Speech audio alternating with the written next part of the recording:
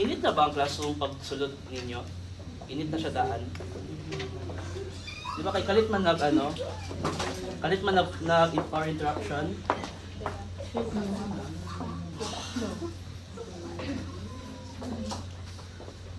Pwede open na lang ang door, sir. Ha? Ang door.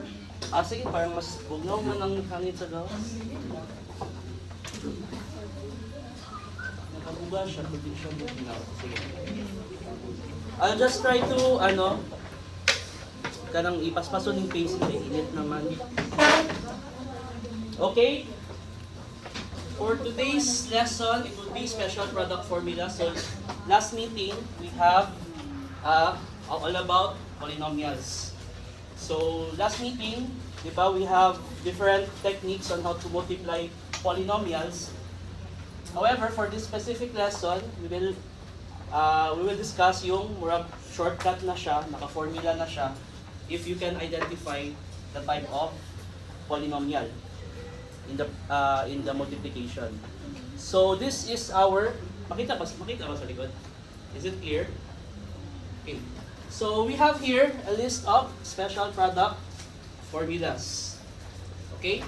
So first we deal with difference of two squares. Suppose we have a binomial a plus b, and then the other binomial is a minus b, meaning same expression, same value, but your sign is different. You have positive and negative.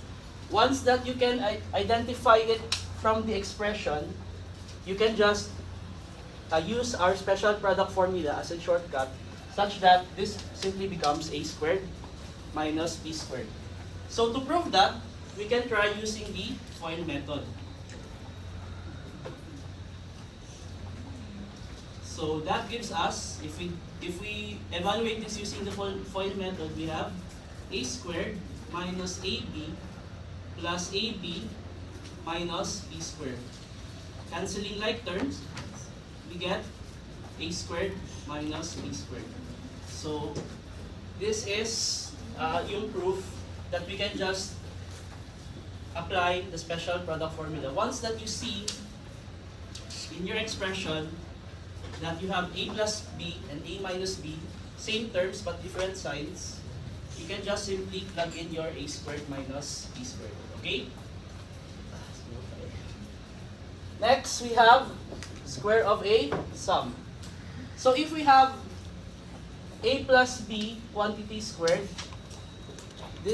it just simply becomes a squared plus 2ab plus b squared. So to explain this, each of these terms, so first, you square your a plus 2 as your exponent times a times b. And then your b, you just simply square it. And that is why you get your formula. Okay? So again, we can try to justify it using the FOIL method. So a plus b times a plus b, this simply becomes a squared plus ab plus ab plus b squared. Combining like terms, we simply get a squared plus 2ab plus b squared. Okay? So that is your square of a sum formula. Once you get two common binomials, it just simply becomes a plus b quantity squared. So once you can identify that binomial, quantity squared, you can just simply use your special product formula. A squared plus 2ab plus b squared. How about if it's a square of a difference? So again, you have a minus b quantity squared, we have a squared. So let's say, just to make it clear, plus 2 times a times negative b plus negative b squared. Once you evaluate that, we have our final form of the special product formula. Again, you can try to prove it using the FOIL method. A minus b times a minus b, this becomes a squared minus ab plus negative b squared. Okay?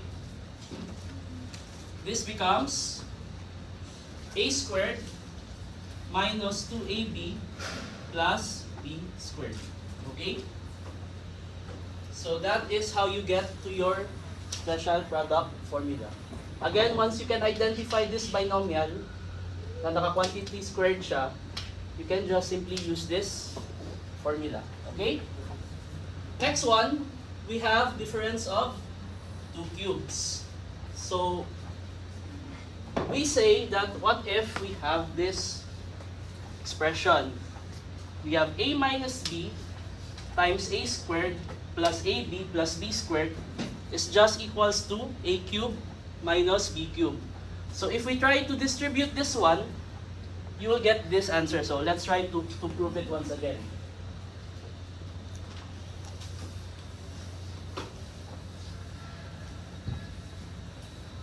So we have there a minus b times a squared plus ab plus b squared.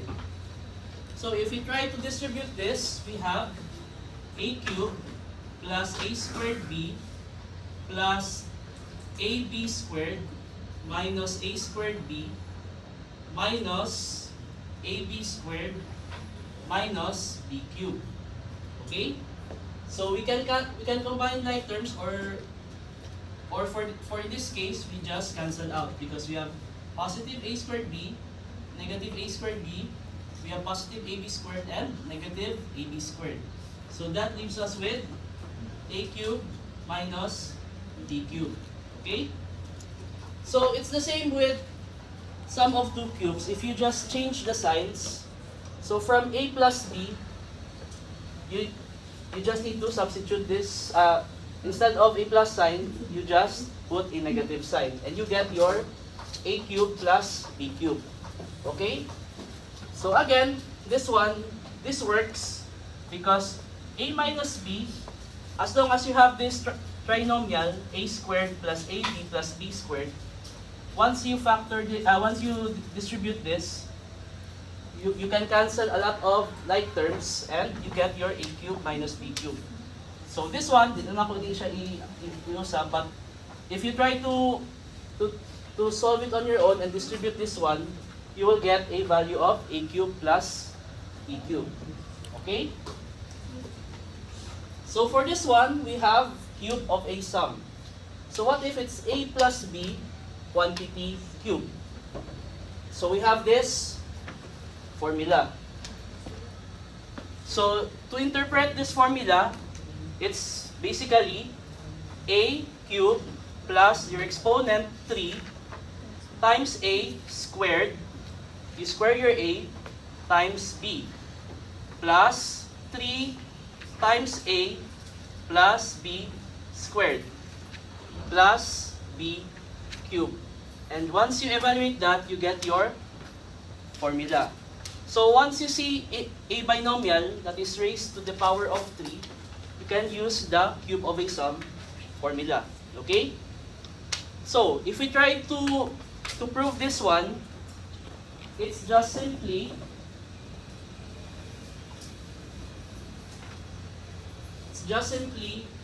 a plus b times a plus b quantity squared.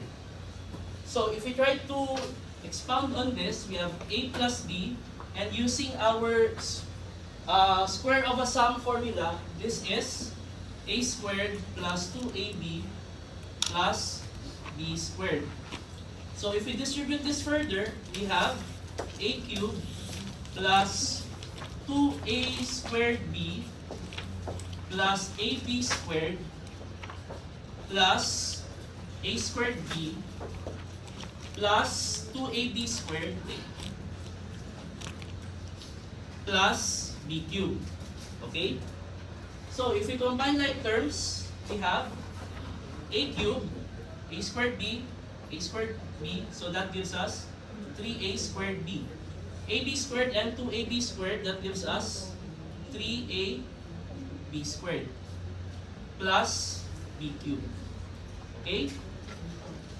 So if we try to do the same with cube of a difference, you will get the same answer but naka-change lang ang signs. So we have a minus b.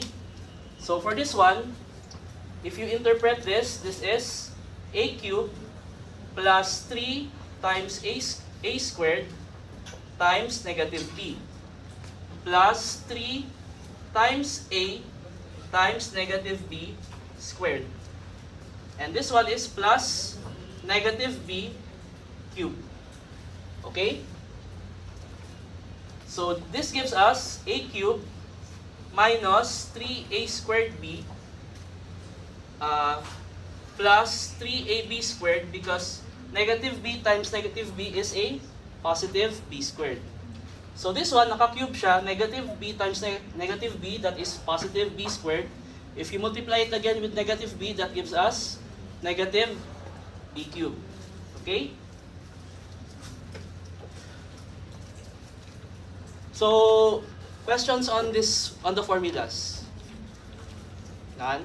Okay.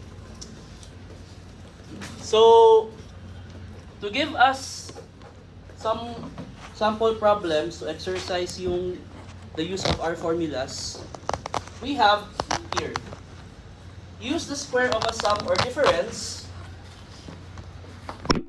formula to evaluate the following.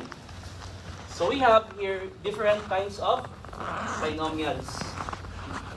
So sometimes when you try to evaluate, when you try to evaluate further, mag-change ang form. So for example, we have x plus 9, quantity squared.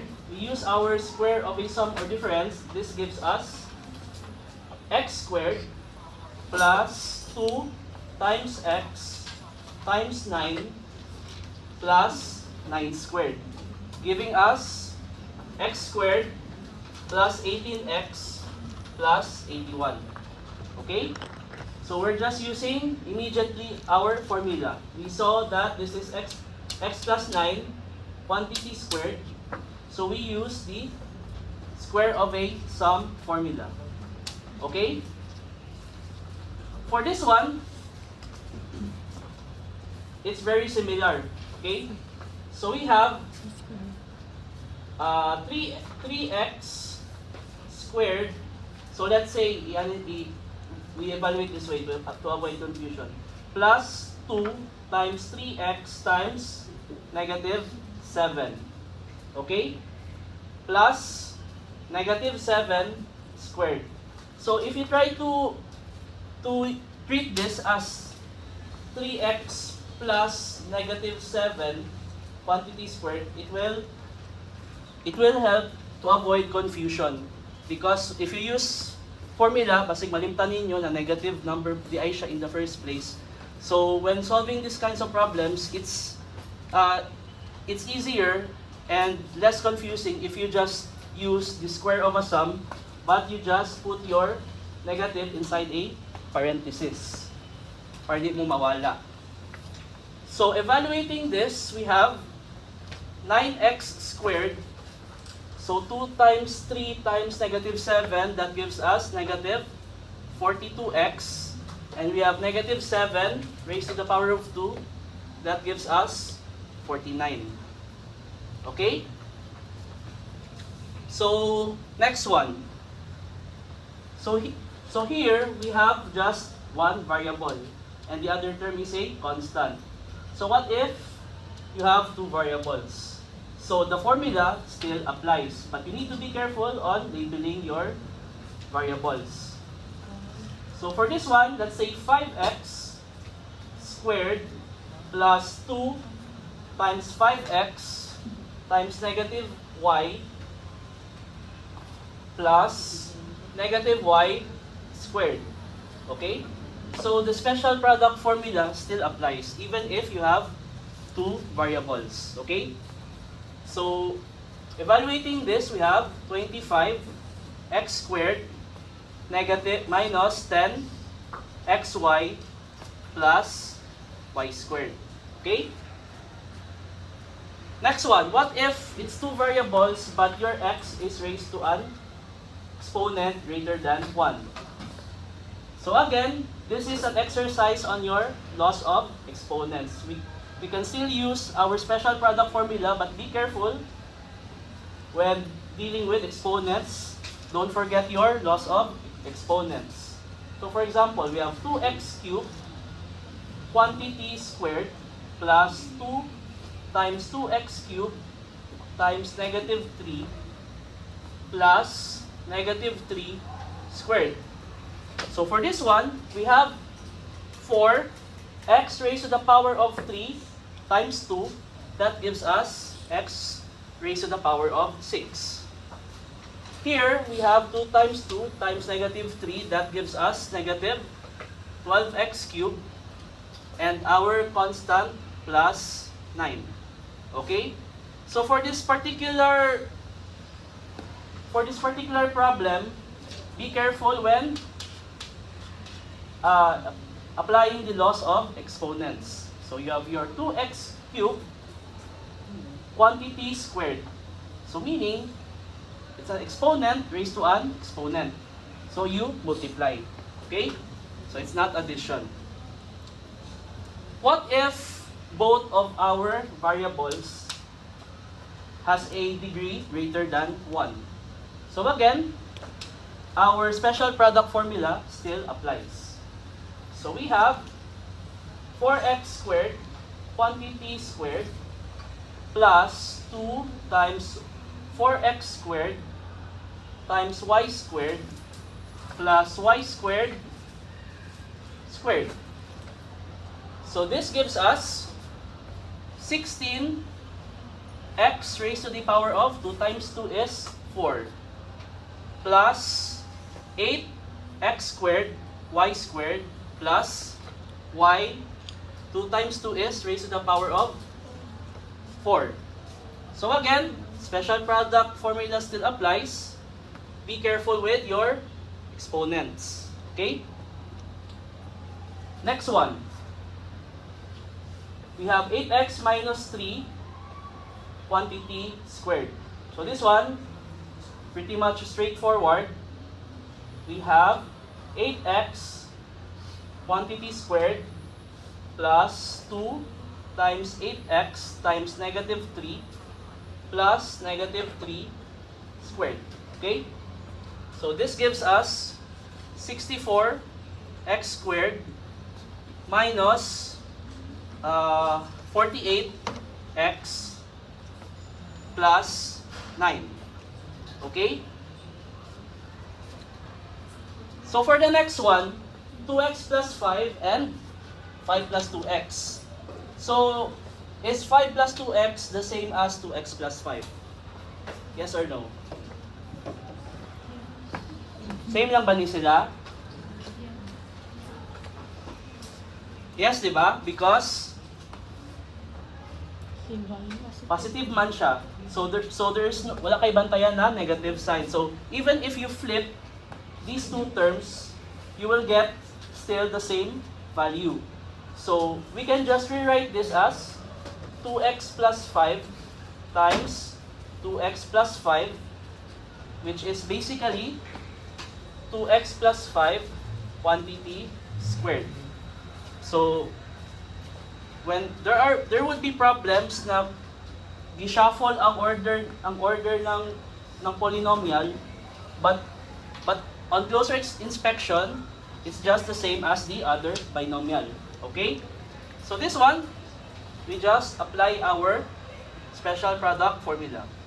So we have 2x squared plus 2 times 2x times 5 plus 5 squared, giving us 4x squared plus 20x plus 25.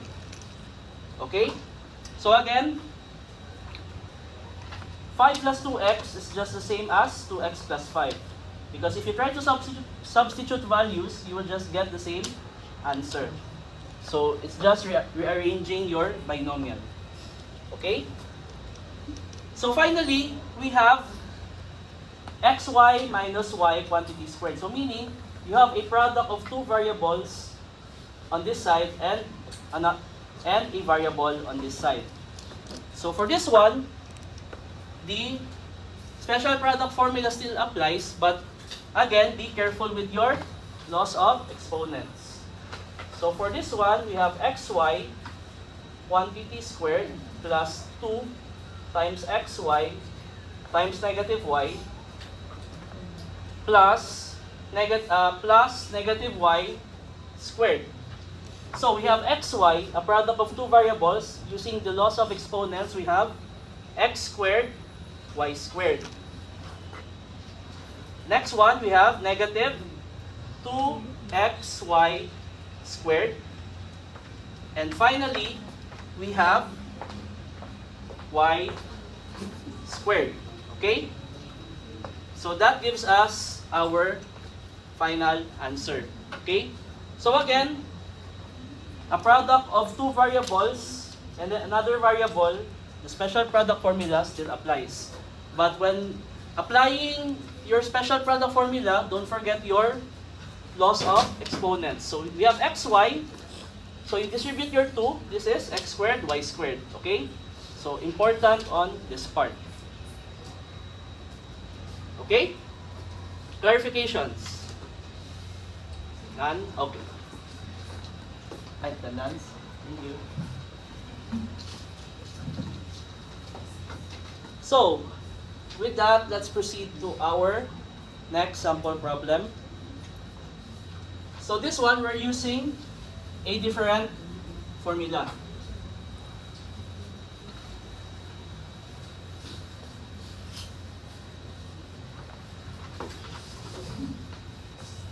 So this one, we use the difference of two squares. So if you look at the expressions, we're just applying the formula of difference of two squares with different kinds of binomials. Just to check your mastery of laws of exponents. So we have 2x minus 1 and 2x plus 1. This is basically, since we have the same value, same expressions, just different signs, that gives us 2x squared minus 1 squared. Okay? That gives us 4x squared minus 1. Okay? So, it's just the difference of the two squares. Square of 2x and square of 1. Okay? Next one, x minus 12, x plus 12 again, same but just the different signs. So we have x squared minus 12 squared. That gives us x squared minus 144. Okay? Next one, 5a minus 2b and 5a plus 2b. So again, with the previous problem, we have two variables. So our formula still applies. So for this one, we have 5a squared minus 2b squared, giving us 25a squared minus 4b squared. Okay? Next one, we have a product of two variables and a constant. Again, it's just a practice of your laws of exponents. We have ab quantity squared minus 1 squared. This gives us a squared b squared minus 1. Okay? So next one, we have a binomial, two variables. One of the variables has an exponent that is greater than 1. Again, it's just a practice of your laws of exponents once you know what special product formula to use. So we have z squared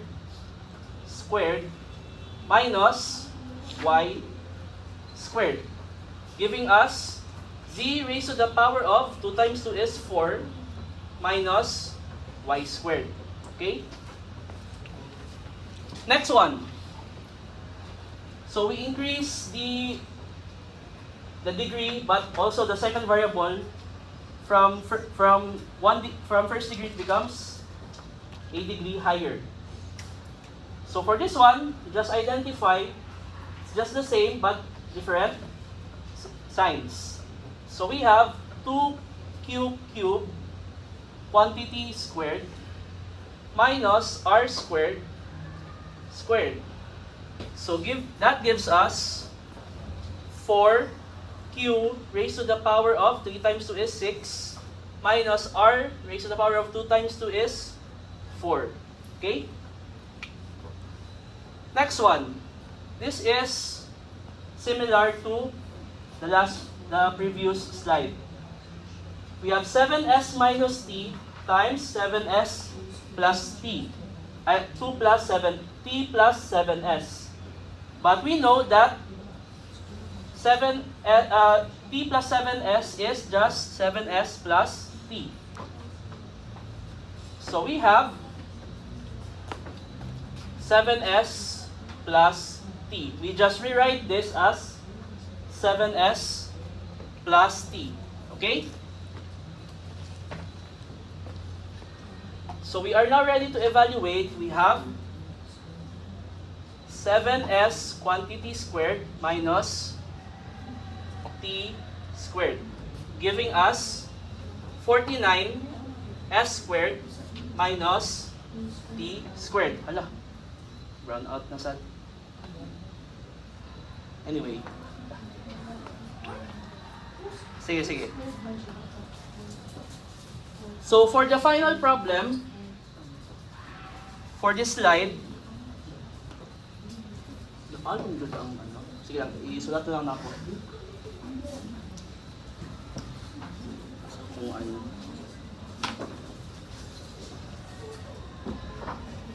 So we have our letter H.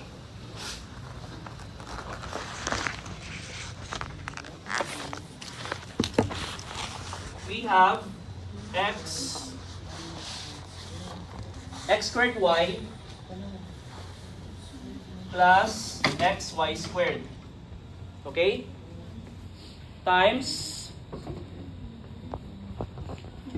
x squared y minus xy squared. Okay?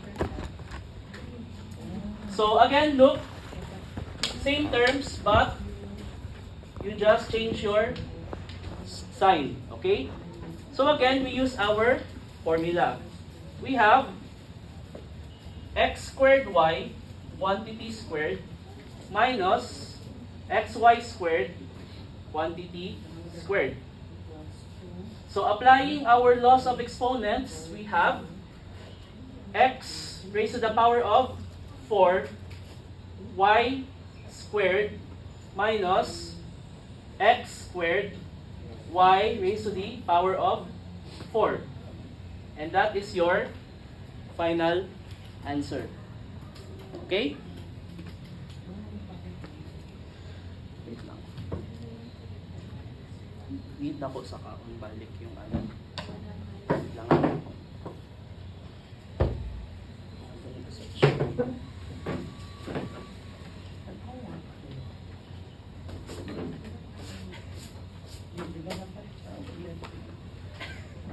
So any clarifications on our sample problem 2?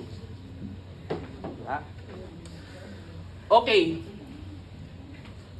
Kaning sample problem 3, this will be the last sample problem that I will discuss. Tapos sample problem 4 and 5, I would try to answer it on your own na lang, but i-flash lang ako later.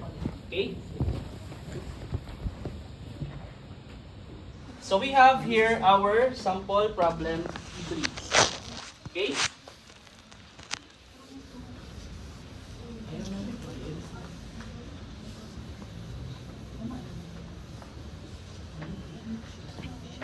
So for this one, wala gi-specify kung unsa na formula atong gamiton. So it's up to you to try to investigate given the function on what kind of special formula that you will use. So for the first one, we have Cx minus D, we have Cx plus D. So we have Cx here, we have Cx here. We have D, we have B. But they have different signs. So this is just yung difference of a sum. Okay? Once you identified what kind of special product formula that you're going to use, you just simply evaluate it. We have Cx, 1pt squared minus t squared, giving us c squared x squared minus t squared. So for this one, we're not given what kind of formula that we're going to use, but given that you know yung mga special product formula, given this form, you know that you're going to use the difference of two squares. Okay? This one, we have 3x minus 5, 1pt squared. So meaning we're going to use the formula. We have square of a sum. So we have a binomial here. You raise it to the power of 2. Okay? So this one, it becomes 3x 1pt squared plus 2 times 3x times negative 5. Note that I am trying to solve it as if it's 3x plus parenthesis negative 5, just to avoid confusions with the positive and negative signs, because it's a safer way to evaluate your problem. Okay? So, plus negative 5 squared. Okay? This gives us 9x squared. 2 times 3 times negative 5, that is negative 30x.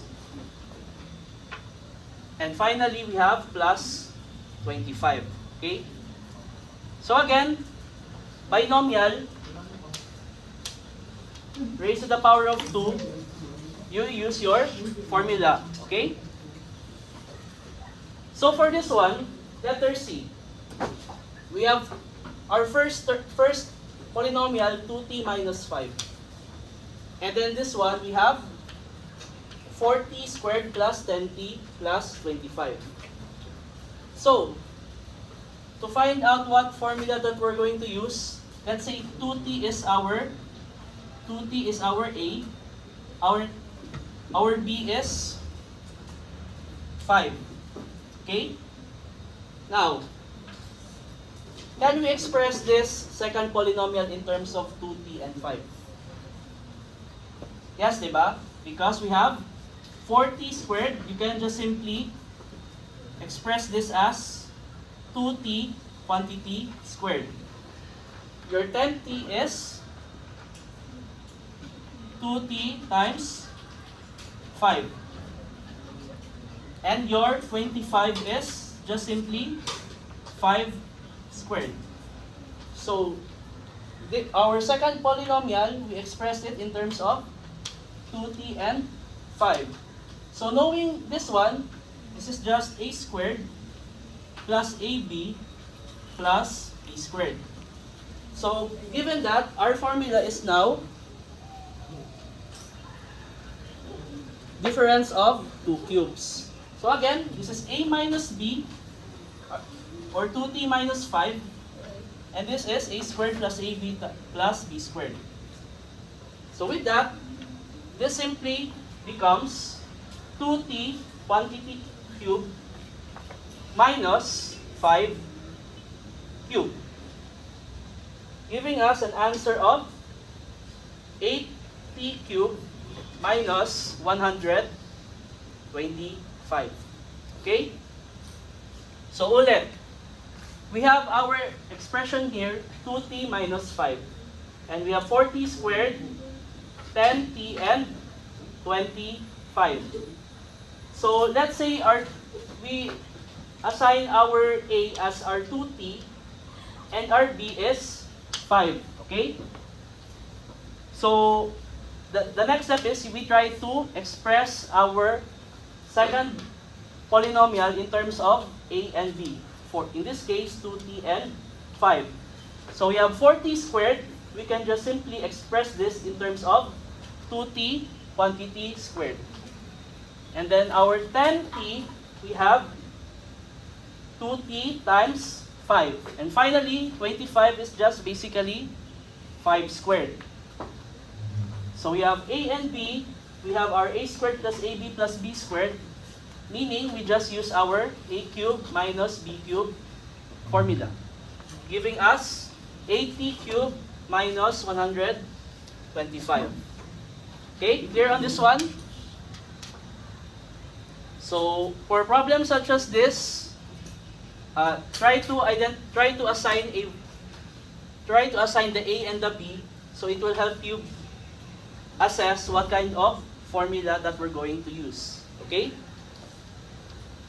So next one, we have 4 times negative 2x times 1 minus x squared quantity cubed. So it's this part that we use our special product formula. Okay? So for this one, again, I'll try to evaluate this as if it's 1 plus negative x squared, just for easier solution. So we have our formula, let's write 4 times negative 2x muna. Okay? So for this one, our special product formula is 1 cubed plus 3 times 1 squared times negative x squared squared. Okay? Next, we have 3 times 1, wait lang, nadoble. 3 times 1 squared times negative x squared. Okay? 3 times 1, on this next part, we have 3 times 1 times negative x squared squared. Okay? Plus negative x squared cubed. Okay? So, let's try to simplify this one. So this is our special product formula. Okay? So this becomes 1 cubed is 1. 3 times 1 times negative x squared is minus 3x squared. Okay? So this one, we have negative x squared raised to the power of 2. That gives us positive x raised to the power of 4, giving us 3x raised to the power of 4. Okay? And then finally, we have negative x squared raised to the power of 3. So, any negative sign, if you raise it to the power of 3, it's just negative again. So, this becomes negative x raised to the power of 2 times 3, that is 6. Okay? So, wala tayo like terms. Let's try to combine this side. So, 4 times negative 2x is negative 8x. And then let's try to rearrange this one. We have negative x raised to the power of 6 plus 3x raised to the power of 4 minus 3x squared plus 1. So for our final step, we distribute our 8x, negative 8x. We have positive 8x raised to the power of 7 minus 24x raised to the power of 5 plus 8 times 3 is 24 x raised to the power of 3 minus 8x. And you get your final answer. Okay? Again, for this particular problem, you just use this. This expression is just where you apply your special product formula. And when you expand that, it becomes this. Okay? And then, once you've evaluated this one, and you've simplified it to a simpler term, you just simply multiply whatever constant or variable that you have outside. And that is how you get your final answer. Okay? So, This one, letter E, we have a trinomial, but we express it in terms of a binomial. So we have r minus s plus t times r minus s minus t. So for this one, your r minus s is your a. Your t is your b. Okay? So we use the formula a plus b times a minus b equals a squared minus b squared. So evaluating this one, this simply becomes r minus s quantity squared minus t squared. Expanding this one, we have r squared plus 2 times r times negative s plus negative s squared minus t squared, giving us a final answer of r squared minus 2rs plus s squared minus t squared. Okay? So again, for this particular problem, you have 3 terms. Technically, this is a trinomial, but we can use the special product formula if we treat two of these variables as just one. So for this case, r minus s, we treat this as your a.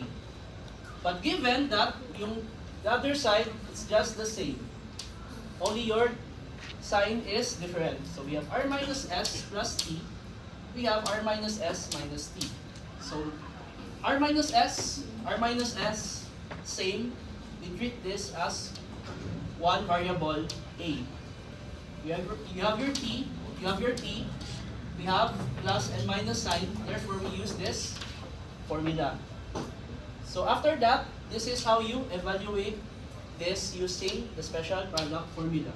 So you have r minus s quantity squared, you use again another special product formula to expand that, giving us this final answer. Okay?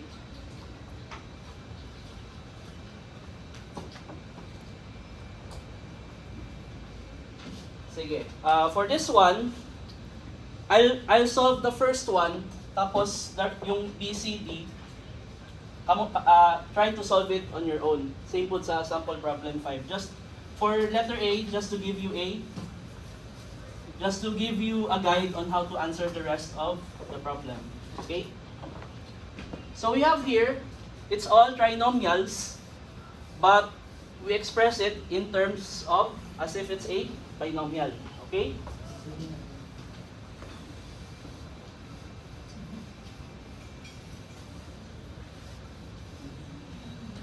So first one, letter A, we have m plus t. So your m plus t is your A. Your 5 is your B. Same on this side, this is your A, this is your B. The operational side is plus B, on this side is minus B. So again, we use the difference of two sums. Okay? So once we identify that, we can just simply evaluate this one as m plus t quantity squared minus 5 squared.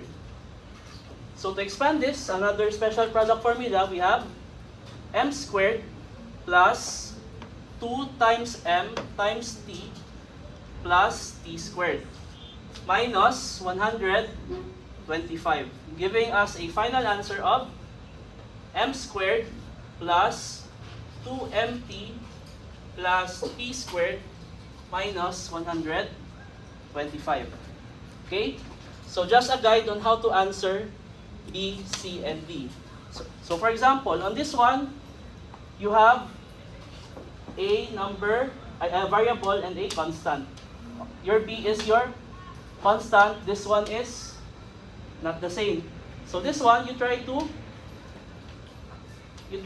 check if your special product formula applies. So we have 2x plus 3 minus y, positive y. So again, for this one, your A, the other one is a constant.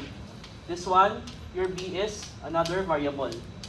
So check if you can apply your special product formula. Same for this one. What if nasa PCAS ang variable that has two terms? So meaning, you can just use your special product formula. So, except that yung parenthesis nimo is nasa second term. Okay? So for this one, it's just checking, manipulating the expression. So it's just basically applying the special product formula. You need to make sure if it follows yung special product formula. So one way to check to avoid being lost is you treat this as your A, you treat this as your B. You cross-check your special product formula if you can use it. If yes, you just simply plug in your values. Okay? So for next one, we have this one. We are using the square of a binomial. This is a trinomial, but we treat again this one as one term. This is your b. So if we treat this as one variable, we can use our special product formula. So for this one, this is a plus b quantity squared, that is a squared plus 2ab plus b squared. So even though you have a trinomial here, you can treat it as if it's a binomial, okay? By using your parentheses. So for this one, we have 2y minus t quantity squared plus 2 times 2y minus t times positive 3 plus 3 squared. Okay? So this one, we're using again the special product formula. Again, this same formula, but for this kind of expression. So we have 2y squared plus 2 times 2y times negative t plus negative t squared. Okay? So for this one, let's just try to combine 2 and 3. So we have 6 times 2y minus t. 3 squared is 9. Okay? Evaluating this further, we have 4y squared. And then this one, we have negative 4 ty. Okay? 4. Okay. And this one, we have plus t squared. Okay? This one, this is 12y minus 60 plus 9. Okay? So let's check if we can combine some like terms. So in alphabetical order, unaon nato ang t. We have t squared. We have negative 6t. We have negative 4ty. 60, 40y. We have plus 4y squared. We have 12y plus 9. So after checking, there are no like terms. So this is basically now your final answer. Okay? So for letters B, C, and D, that's basically the same approach. But be careful with your loss of exponent, your positive and your negative signs, and your distributing when it comes to multiplying your polynomials. Okay? So, questions? Yeah? Sige. Sige, antod na lang atong tabari. lesson on special product formula, but I highly suggest that you try to solve these problems on your own. It's just basically a rehash of letter A, but there is a additional trick or a different manipulation of the expression. So basically, try to solve this on your own and try to solve different problems para you're confident when trying to apply your special product formula. And additionally, you don't forget your laws of exponents and multiplying polynomials. Okay? Sige, no more questions? Tama. So next meeting, we'll proceed with our factoring polynomials. Okay? And then on